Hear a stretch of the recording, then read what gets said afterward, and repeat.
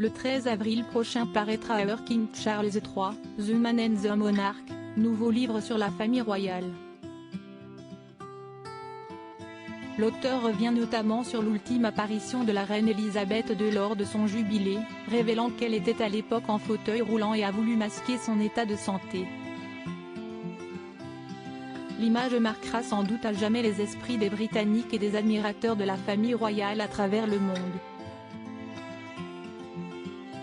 Le 5 juin 2022, alors que le Royaume-Uni célèbre depuis plusieurs jours déjà le jubilé de platine d'Elisabeth II, 70e anniversaire de son règne, la monarque fait une apparition surprise au balcon de Buckingham Palace, toute de vert vêtue et entourée de sa famille.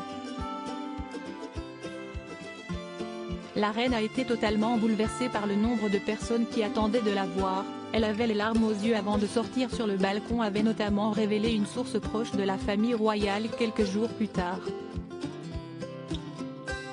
Une apparition devenue rare à l'époque, alors que la santé de la reine est défaillante depuis déjà plusieurs mois. Ce sera finalement son ultime apparition publique, puisqu'elle décédera 3 mois plus tard au château de Balmoral à l'âge de 96 ans. On l'a fait rouler jusqu'aux portes du balcon, ce que les Britanniques ne savaient encore pas, si est à quel point Elisabeth II a dû pousser son corps dans ses derniers retranchements pour cette incroyable ultime surprise à son peuple.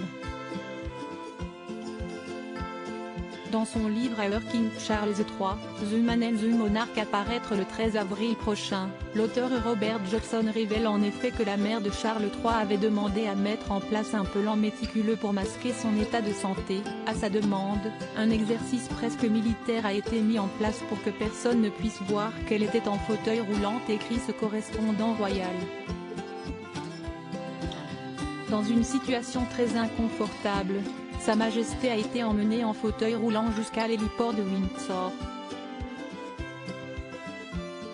Au palais, on l'a fait rouler jusqu'aux portes du balcon, puis on l'a aidée à se lever pour qu'elle puisse être debout, avec une canne, aux côtés de Charles, Camilla, William et sa famille, ajoute-t-il. Une reine au bout de l'effort, au bout d'elle-même pour offrir le plus beau des cadeaux au peuple sur lequel elle aura régné pendant 70 ans.